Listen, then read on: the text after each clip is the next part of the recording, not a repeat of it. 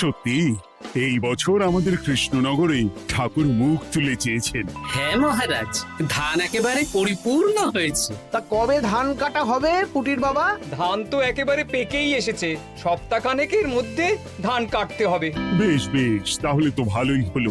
এই মাসের শেষের দিকেই তো নবাব বাহাদুরকে শস্যের খাজনা পাঠানোর কথা। হ্যাঁ মহারাজ, এবারে নবাব বাহাদুর খুশি হবে। ঠিক বলেছ গোপাল।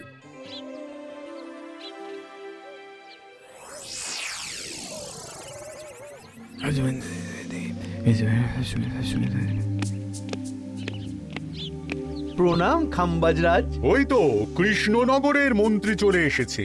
ও, এর কথাই তুমি বলেছিলে? হ্যাঁ, ওই রাজ্যের সব খবরাখবর আমায় দেয়। ইনি কে?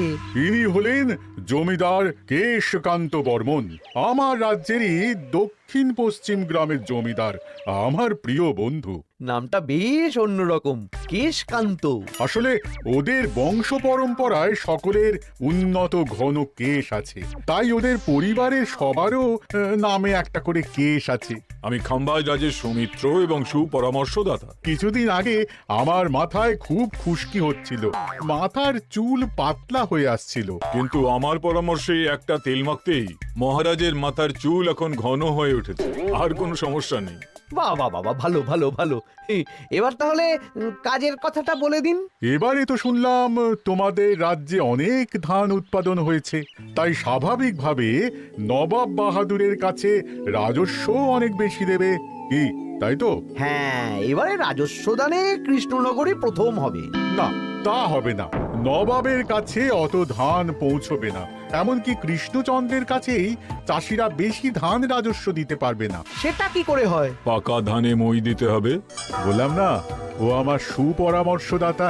হ্যাঁ, আমার মন্ত্রীকে বাণিজ্যের কাজে বাইরে পাঠিয়েছি কিছুদিন, তাই কেশকান্ত মাঝে মধ্যেই আমার কাছে আসে, গল্প গুজব করে আর সুপরামর্শ দেয়। কিন্তু আমি কি করব? তুমি রাতের অন্ধকারে চাষিদের ধান জমিতে পাকা ধানে মই দিয়ে দাও, এমন ভাবে কাজটা করবে যাতে কাক পক্ষীতেও টের না পায়। আর তাতে আমার লাভ?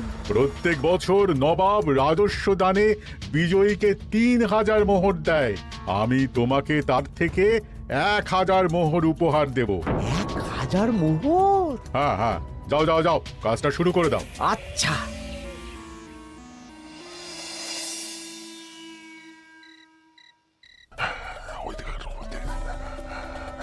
তাহলে আর দেরি কেন, মন্ত্রী মশাই কথা মতো কাজ শুরু কর। হ্যাঁ চল।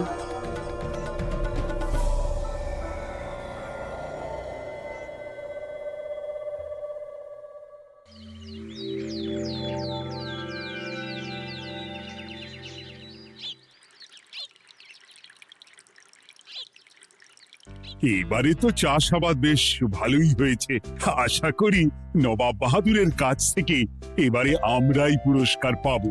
হ্যাঁ মহারাজ, সারা বাংলায় কৃষ্ণনগরের মতো উৎপাদন এই বছরে কোথাও হয়নি। সর্বনাশ হয়ে গেছে মহারাজ, সর্বনাশ হয়ে গেছে। কি সর্বনাশ হয়েছে গো পুটির বাবা? গতকাল রাতে আমাদের সব জমির পাকা ধানে মই দিয়ে দিয়েছে। সে কি?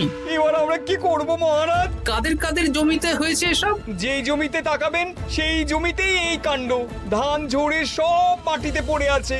এবার আমরা কি করব? হায় হায় হায়, এবার আমাদের রাজ্যের কি হবে? নবাব বাহাদুরকে তো জবাব দিতে পারবো না। বড় বিপদ হয়ে গেল, রাজ্যে গ্রহের প্রকোপ নেমে এলো। ও, আর কদিন পরেই আমার টেকে আসবে 1000 মোহর।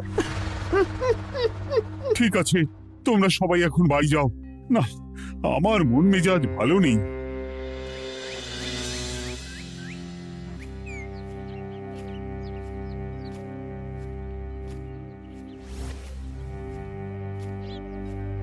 ওগো, তুমি শুনেছো কি হয়েছে? পুঁটির মা হাউ হাউ করে কাঁদছিল গো। হ্যাঁ গিন্নি, পুঁটির বাবা কয়েকজন চাষি ভাইদের নিয়ে রাজসভায় এসেছিল। শুনলাম রাতারাতি কে বা কারা চাষ জমিতে পাকা ধানে মই দিয়েছে। কত বড় সর্বনাশ হয়ে গেল বলো, কি হবে গো? কি যে হবে ভগবান জানে। বলি তুমি পারলে না পুটিদের একটু সাহায্য করো। হ্যাঁ, আমি মনে মনে ভেবেই রেখেছি বুঝলে, এবার বেতন পেলে পুঁটিদের বাড়িতে মাসোহারার জিনিসপত্র দিয়ে আসবো। নবাব বাহাদুরের কাছে মহারাজ খাজনা কিভাবে দেবেন? সেটাই তো বুঝতে পারছি না। আপনি এত চিন্তা করবেন না। রাজবাড়ির ভাড়ার থেকে আপাতত কিছু বস্তা ধান পাঠানোর ব্যবস্থা করুন। তারপর নবাব বাহাদুরের কাছে গিয়ে বলবেন, আস্তে আস্তে সব দিয়ে দেবেন মহারাজ। তাই করতে হবে, তাছাড়া তো আর অন্য কোনো উপায় দেখতে পাচ্ছি না। কিন্তু এবারে আর আমাদের মান রক্ষা হবে না। দেখি 2-1 দিনের মধ্যেই যতটা সম্ভব ভাড়া থেকে ধান পাঠানোর ব্যবস্থা করব।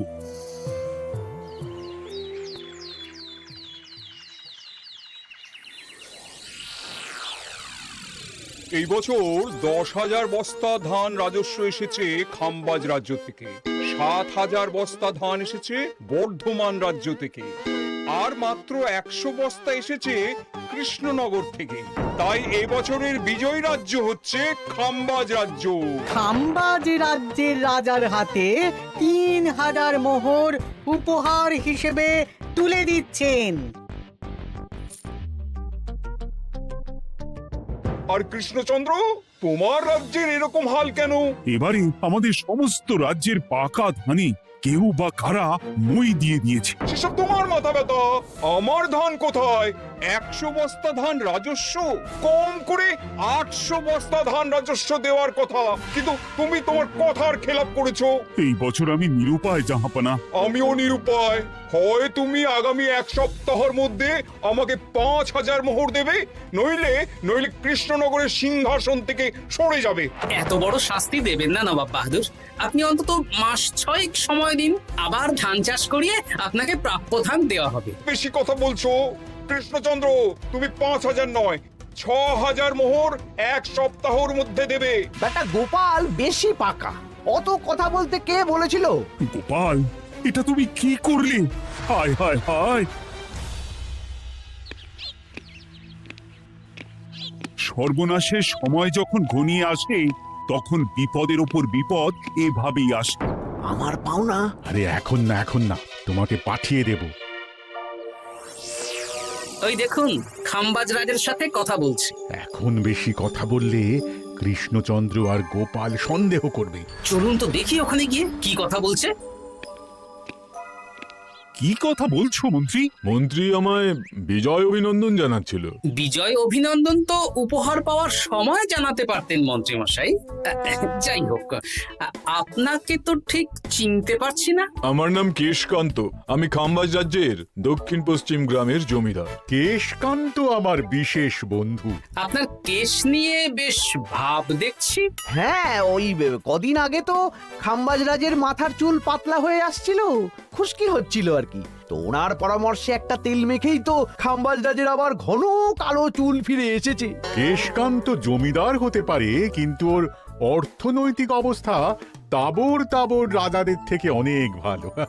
কয়েক হাজার বিঘা জমির মালিকও, তার সাথে চুলের তেলের ব্যবসা করেও হাজার হাজার মোহর রোজগার করে।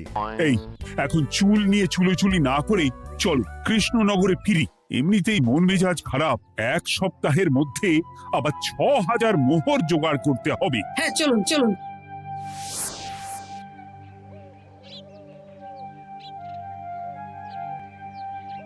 আচ্ছা মন্ত্রীমশাই, আপনি এই কেশকান্ত জমিদারের ব্যাপারে এত কিছু জানলেন কি করে? ওনার সাথে তো আমাদের আজই প্রথম দেখা। হাওয়ায় কত খবরই ভেসে আসে, সেরকম আমার কানেও এসেছিল। এসব বাদ দাও। গোপাল, মন্ত্রী, দুজনেই ভাবনা চিন্তা করো কিভাবে 6,000 মোহর জোগাড় হবে। পাকা ধানে মই পড়লো, এখন আবার এত বড় বোঝা। আমার কাছেও মহারাজ বেশি অর্থ নেই, সব মিলিয়ে মিশিয়ে ওই 150 থেকে 200 মোহর মতো আছে বাড়িতে। যদি বেশি থাকতো আমি আপনাকে নিশ্চয়ই সাহায্য করতাম মহারাজ। তাও করতেন কিনা সন্দেহ। তুমি চুপ করো। মন্ত্রীমশাই ওই লোকটাকে জানলো কি করে? এই লোকটাকে তো আগে দেখারই কথা না। না, ব্যাপারটা নিয়ে ভাবতে হবে। চলুন চলুন।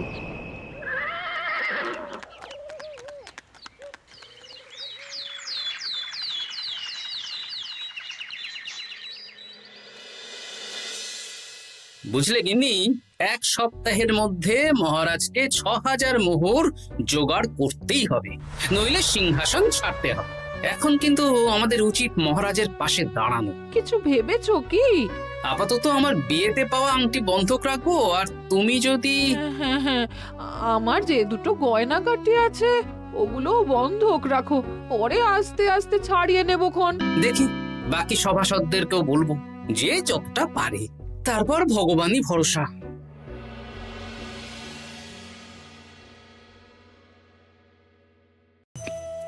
আপনি এত চিন্তা করবেন না মহারাজ। চিন্তা না করে কি আর কোনো উপায় আছে? সিন্ধুকে যা আছে তা দিয়ে 3000 মোহর হয়ে যাবে, কিন্তু তারপর আর কি করব? এবার কি নিরুপায় হয়ে জায়গা জমি বিক্রি করতে হবে? কিছু একটা করতেই হবে। আপনি গোপালকে একবার বলে দেখুন, প্রত্যেকবার যখনই বিপদে পড়েছেন তখন গোপালই আপনাকে বাঁচিয়েছে। দেখি আগামীকাল রাজসভা শুরু হওয়ার আগে গোপালের সাথে ব্যাপারটা নিয়ে আলোচনা করব।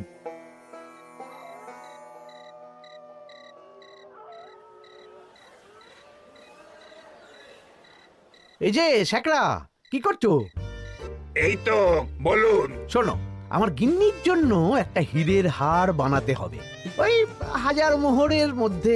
1000 মোহরে তো হীরের নাক, কান, গলা, হাত, পা সব গয়না, এই সব গয়না হয়ে যাবে মন্ত্রীমশাই। তাহলে বানাও, এই নাও 1000 মোহর। ওরে বাবা, মন্ত্রী মশাই, 1000 মোহর! এই মন্দার বাজারে এত মোহর কোথায় পেলেন? গতকালই তো বললেন আপনার কাছে 150 থেকে 200টা আছে। সে যেখান থেকেই পাই তাতে তোমার কি? না, আমার কিছু না। শ্যাকরা, আমি কয়েকটা গয়না বন্ধক রাখবো।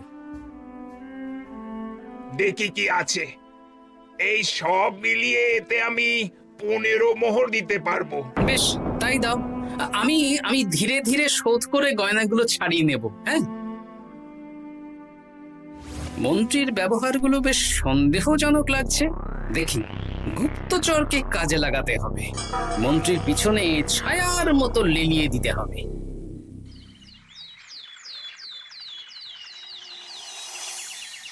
মহারাজ, আমি চেষ্টা করছি আপনার এই মোহর কিভাবে জোগাড় করা যায়, আপ্রাণ চেষ্টা করছি। দেখো, আমি 3000 মোহর পারবো, কিন্তু তার বেশি হলে জায়গা জমি বেচতে হবে, হাতে যে বেশি দিন সময়ও নেই।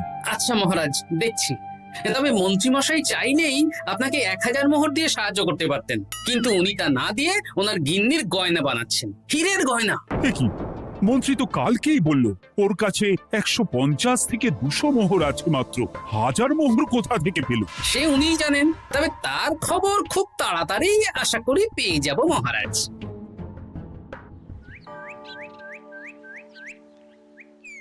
কাজটা একদম ঠিক করলেন না মন্ত্রী মশাই।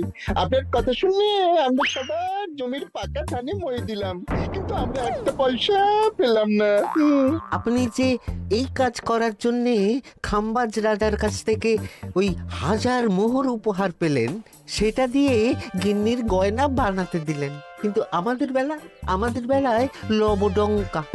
তোদেরকেও দেবো, একটু সবুর কর, আগে গিন্নির মাথাটা ঠান্ডা করি। না না, আমাদের এক্ষুনি চাই। আরে এক্ষুনি কি করে দেবো, আমার হাত খালি।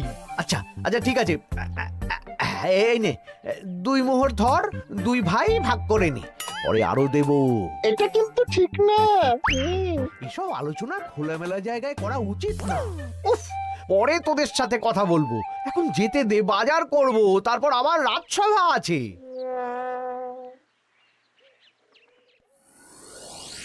আচ্ছা, এই ব্যাপারটা মহারাজকে আর গোপাল দাদাকে জানাতে হবে।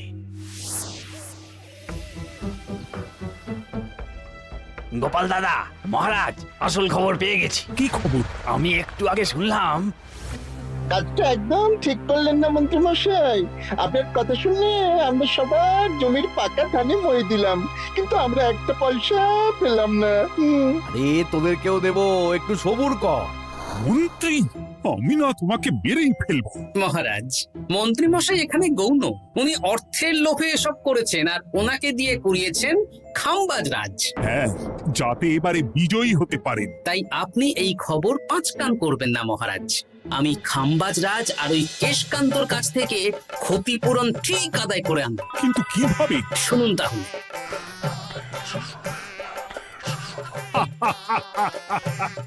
দারুণ বুদ্ধি। তাহলে এখন আসি মহারাজ, কাউকে কিচ্ছু বলার দরকার নেই।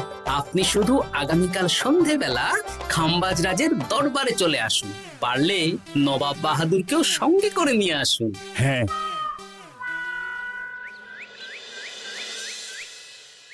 প্রণাম খাম্বাজ রাজ, কে আপনি?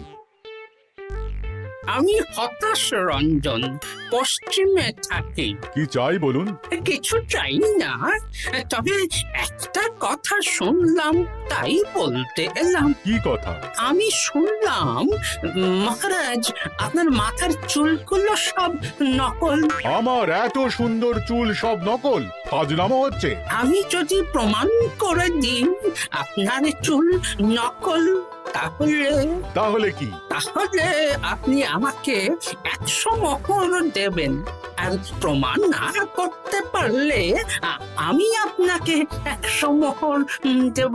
বেশ, দেখো, এক্ষুনি দেখো, আমারই তো 100 মোহর লাভ হবে। এখন না, এখন না, আজ সন্ধেবেলায়। বেশ বেশ, তখনই এসো। এবারে জমিদার কেশকান্তর বাড়ি যেতে হবে।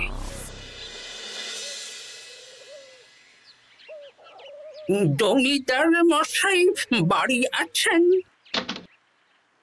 কে মশাই আপনি? না, আমি হতাশ রঞ্জন, পশ্চিমে থাকি। আমি বিশাল ক্ষমতাশালী লোক। কিসের ক্ষমতা? আমি রাজরাজাদের মারধর করি, চুল ধরে টানি, শাস্তি দিই। এসব কি উল্টোপাল্টা বলছেন? খাম্বাজ রাজ আপনার বন্ধু না? হ্যাঁ, প্রিয় বন্ধু।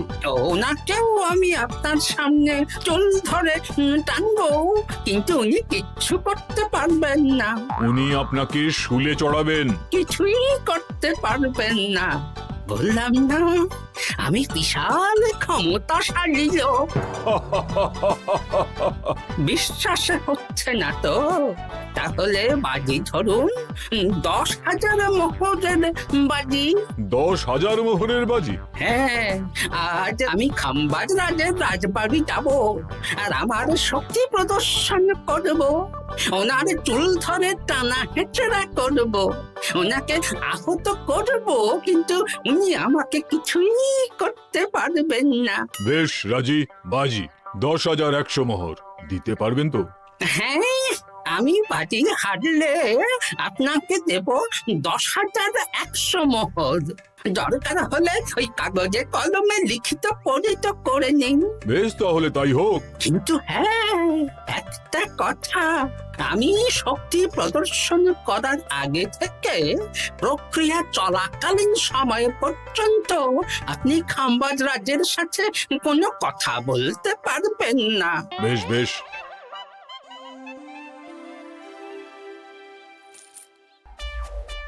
তাহলে শুরু করি। শুরু করো। এবার আমি প্রমাণ করেই ছাড়বো।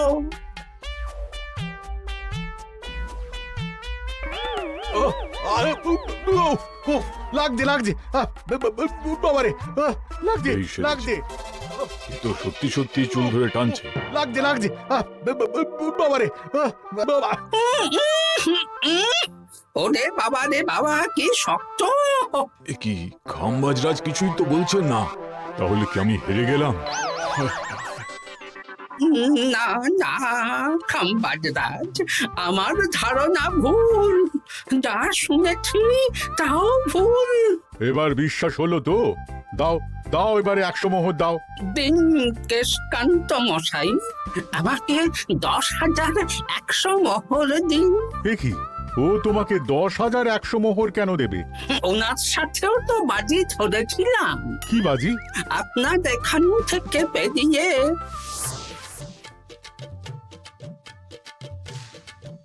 এবারে দিন তো দেখি, সব কাগজ কলমে লেখা আছে। এই নাও। হায় হায় হায় হায়। সাবাস গোপাল, সাবাস, তুমি আমার মুখ রক্ষা করেছো। গোপাল, কৃষ্ণচন্দ্র, নবাব বাহাদুর, আপনারা? হ্যাঁ, আমি গোপাল।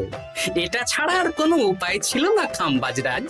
আপনি আমাদের মন্ত্রীর মাথা খেয়ে যে জঘন্য কাজটা করিয়েছেন সেটা তো আর প্রমাণ করতে পারতাম না, তাই ছলে বলে কৌশলে আপনার প্রিয় বন্ধুর কাছ থেকে আদায় করে নিলাম। হ্যাঁ নয়, হ্যাঁ।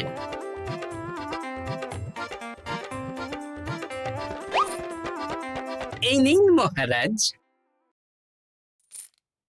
এতে কত মোহর আছে? 10,100 মোহর। এর থেকে 100 খাম্বাজরাজকে দিন, 6,000 নবাব বাহাদুরকে, আর বাকিটা আপনার কাছে রাখুন। এত ধান নষ্ট হলো।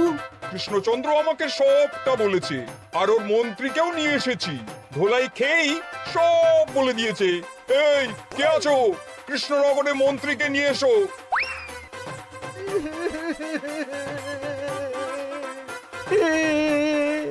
মার খেয়ে আমি সব বলে দিয়েছি খাম্বাজরাজ। উদ্ধার করে তো জাহাপানা, আমাকে ক্ষমা করে দিন।